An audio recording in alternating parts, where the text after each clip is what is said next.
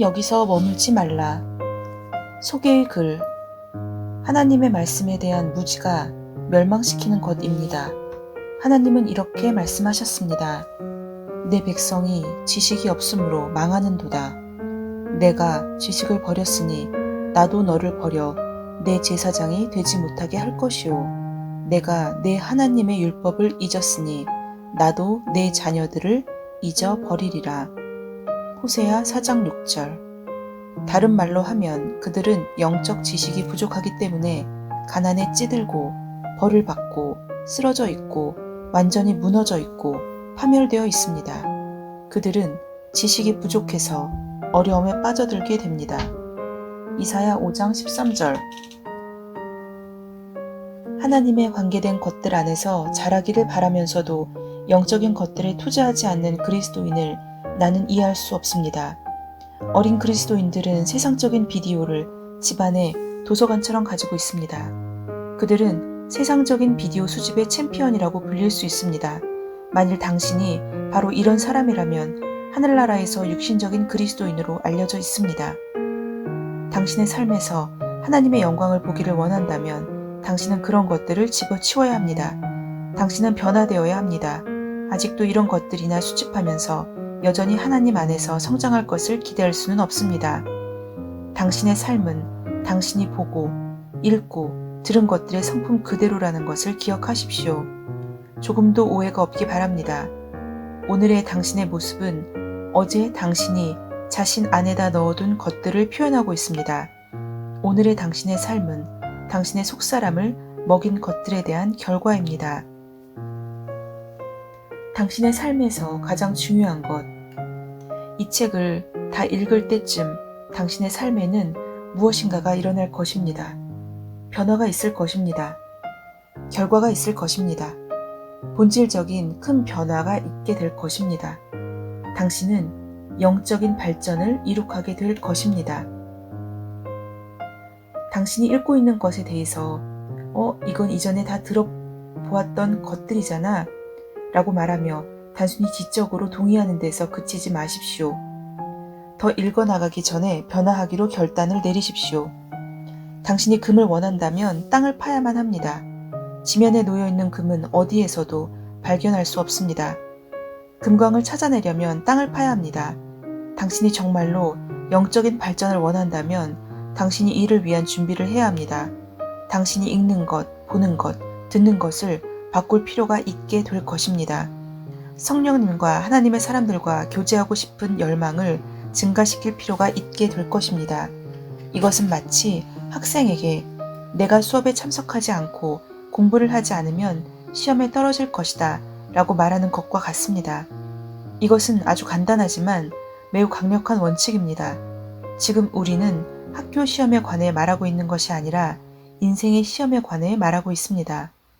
학교에서 어떤 과목이든지 D를 맞는 것도 나쁘지만 인생에서 D를 맞는 것은 끔찍한 일입니다. 학교에서 시험을 잘못 보아도 인생은 그럭저럭 살아갈 수 있지만 인생의 시험에서 떨어진다면 당신은 몰락해버리는 것입니다. 하나님께서는 당신의 영적 성장에 관심을 가지고 계십니다. 하나님은 당신이 영적으로 발전하기를 원하십니다. 하나님은 당신이 매일 사용하는 언어가 하나님의 말씀과 일치하기를 원하십니다. 하나님께서는 당신이 영적인 지식과 총명이 증가하기를 원하십니다. 그래서 당신은 이 책을 손에 잡았습니다. 우연이 아닙니다. 하나님께서는 책으로부터 받아들이라고 하는 정보의 유익함으로 말미암아 당신이 성장하기를 원하십니다. 시간이 짧습니다. 놀 시간이 없습니다. 당신의 인생으로 주님을 위해 무엇을 했느냐고 한다면 뭐라고 대답하겠습니까? 당신의 인생에서 가장 중요한 것이 무엇이냐고 한다면 뭐라고 대답하겠습니까? 질문에 대답할 수 있도록 도와드리겠습니다. 당신이 가장 많은 시간을 보내는 것과 당신이 가장 관심을 많이 가지는 것과 당신의 돈을 가장 많이 쓰는 것이 당신이 깨닫고 있었든지 못 깨닫고 있었든지 상관없이 당신의 인생에서 가장 중요한 것입니다. 어떤 사람들은 하나님이 내 삶에서 가장 중요한 분입니다 라고 말합니다. 그러나 이 사람들이 하나님과 얼마나 많은 시간을 보내고 있습니까? 예수님께서 마태복음 7장 22절로 23절에서 이런 말씀을 하셨습니다. 그날에 많은 사람이 나더러 이르되 주여 주여 우리가 주의 이름으로 선지자 노릇하며 주의 이름으로 귀신을 쫓아내며 주의 이름으로 많은 권능을 행하지 아니하였나이까 하리니 그때 내가 그들에게 밝히 말하되 내가 너희를 도무지 알지 못하니 불법을 행하는 자들아 내게서 떠나가라 하리라. 마태복음 7장 22절로 23절.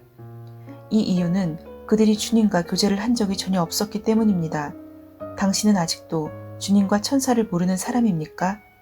거듭난 지 1년이 지났는데도 아직도 그림자 속에 숨어 있습니까? 어떤 삶을 살고 있습니까? 당신이 있는 곳에 당신이 끼치는 영향력을 느낄 수 있습니까?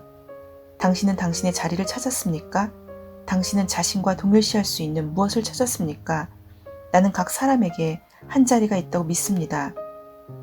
만일 당신이 영혼을 구원하여 주님께로 사람들을 인도하고 있다면 조만간 다른 사람들이 당신을 알아차리지 않을 수 없을 것입니다. 왜냐하면 사람들은 당신이 그들을 어떻게 그리스도께로 인도했는지, 당신이 그들을 어떻게 초청하여서 교회에 오게 되었는지 간증을 하게 될 것이기 때문입니다. 오래지 않아서 당신은 그늘에서 빠져나오게 될 것입니다. 당신은 주님의 집안에서 알려져야 한다는 것을 이해할 필요가 있습니다. 하나님의 집에서 비밀에 감추어진 삶이란 존재하지 않습니다. 비밀스러운 그리스도인이란 전적으로 받아들여질 수 없고 또한 불가능한 것입니다. 숨어서 아무도 나를 아는 사람은 없지만 나는 매우 효과적인 사람입니다. 라고 말할 수는 없습니다. 당신이 정말 효과적이라면 예수님께서 말씀하신 것처럼 당신은 한 빛 가운데 살게 될 것입니다. 누구든지 등불을 켜서 그릇으로 덮거나 평상 아래 두지 아니하고 등경 위에 두나니 이는 들어가는 자들로 그 빛을 보게 하려 함이라. 누가복음 8장 16절. 당신이 속한 지역교회 안에서 당신의 책임은 무엇입니까? 무슨 일을 하고 있습니까? 당신은 어떤 사람으로 알려져 있습니까?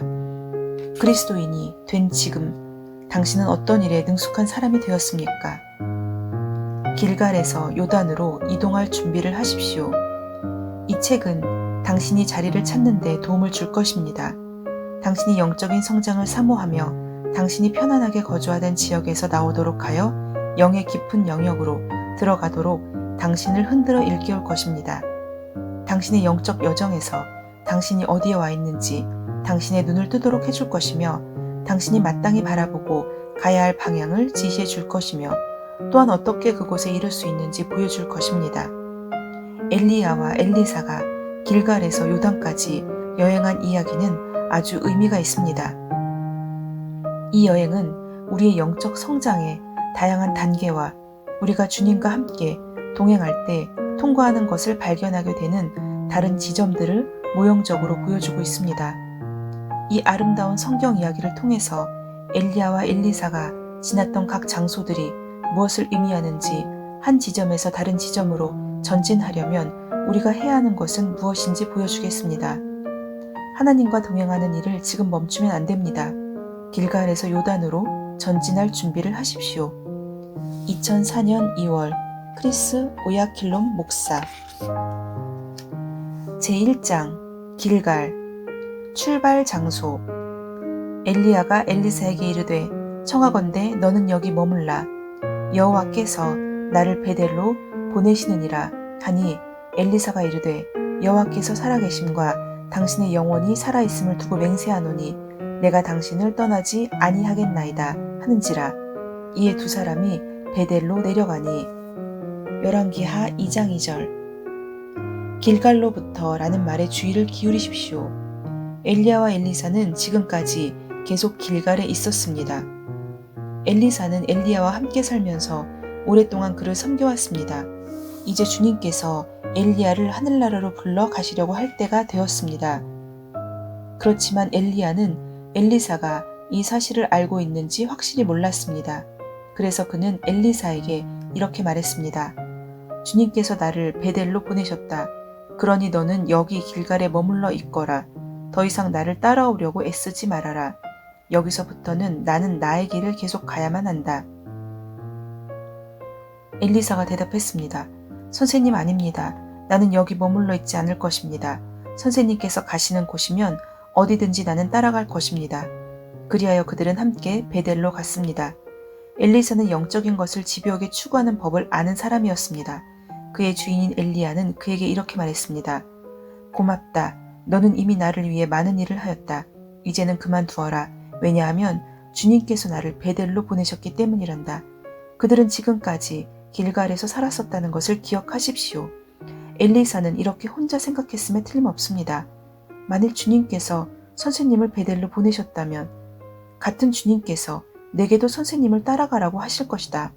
그런다면 선생님이 베델로 가시는 동안 나는 여기서 무엇을 하고 있어야 한다는 말인가? 그래서 그는 길갈에서 멈추기를 거절하고 베델까지 그를 따라갔습니다. 그는 엘리야와 함께 그 여행을 계속했습니다. 이 이야기는 의미하는 바가 많고 성령께서 성경의 이 아름다운 부분을 통하여 당신에게 전하려고 하는 것이 무엇인지 당신이 이해할 필요가 있습니다. 길갈, 출발 장소. 길갈은 시작하는 장소라는 의미가 있습니다. 새로운 삶을 시작하는 지점입니다. 길갈이라는 단어는 실제로 굴려 보내다, roll away라는 뜻입니다. 옛것은 굴려 보내버리고 당신의 삶에서 새로운 하나님의 시작을 상징하고 있습니다. 여호와께서 여호수아에게 이르시되 내가 오늘 애굽의 수치를 너희에게서 떠나가게 하였다 하셨으므로 그곳 이름을 오늘까지 길갈이라 하느니라. 여호수아 5장 9절. 주님께서 자기 백성 이스라엘로부터 이집트의 수치를 굴려 보내셨던 곳이기 때문에 그곳을 길갈이라고 불렀습니다. 이집트는 세상의 모형이며 당신이 그리스도께로 나오면 세상의 수치는 당신의 삶으로부터 굴려 보내버려야 합니다. 이곳은 시작하는 장소입니다. 성경은 하나님께서 여기서부터 엘리야를 하나님의 여정으로 보내셨다고 말하고 있습니다. 엘리야는 곧 하늘나라로 가려고 하였지만 그날 그는 베델에서 이루어야 할 사역이 있었습니다. 그래서 그는 엘리사에게 말했습니다. 너는 여기 출발 지점에 머물러라. 나는 계속해서 베델로 가야겠다. 당신이 그리스도께로 나왔을 때 당신은 길갈, 즉 시작하는 지점에 있습니다. 그러나 거기에서 머물러 있지 마십시오. 당신은 자신의 삶에서 더 멀리 전진해야만 합니다. 새로운 삶을 시작하는 지점. 길갈은 그리스도 안에서 어린 아이인 사람의 출발점을 나타냅니다. 당신이 예수님을 당신의 삶의 주인으로 선언했던 구원받은 지점입니다. 성령님께서 당신을 그리스도의 몸 안으로 침례를 주셨던 지점이지만 당신은 이 지점에 머물러서는 안 됩니다. 당신은 방금 이집트, 즉 세상으로부터 빠져나와서 이집트의 수치를 당신의 삶에서 굴려 보낸 것은 이제 사실입니다. 이 일에 대하여 하나님께 당신이 감사해야 되지만 이것이 현재의 당신의 삶의 가장 큰 간증입니까? 당신이 받아들인 이 새로운 삶에 대해서 다른 사람과 나눌 수 있는 것이 이게 전부입니까? 우리의 구원에 관한 간증은 영원한 것이지만 여기저기 다니며 나눌 간증이 이것이 전부라면 좋은 것은 아닙니다. 당신은 자신의 삶에서 앞으로 전진해야 합니다. 수년 전에 우리는 이런 옛날 노래를 부르곤 했습니다. 나는 행복해요 구원받았으니 나는 행복해요 구원받았으니 나는 행복해요 구원받았으니 할렐루야. 당신이 구원받은 것은 기뻐해야 하고 이것이 마땅하고 이 노래도 아름답습니다만 구원받은 지점에서 멈춰 있지 마십시오. 당신은 스스로 나는 아직도 길갈에 있나? 오늘 예수님이 오신다면 나를 길갈에서 만나실까? 라고 자문해 봐야 합니다. 길갈은 출발 장소이지 가장 좋은 곳은 아니라는 것을 기억하십시오. 길갈에서 엘리야는 이렇게 말했습니다. 주님께서 나에게 베델로 가라고 말씀하셨다. 그러므로 길갈에 머무르지 마십시오. 예수님을 거기서 만나도록 하지 마십시오. 주님은 당신이 계속 전진하기를 원하십니다. 아멘.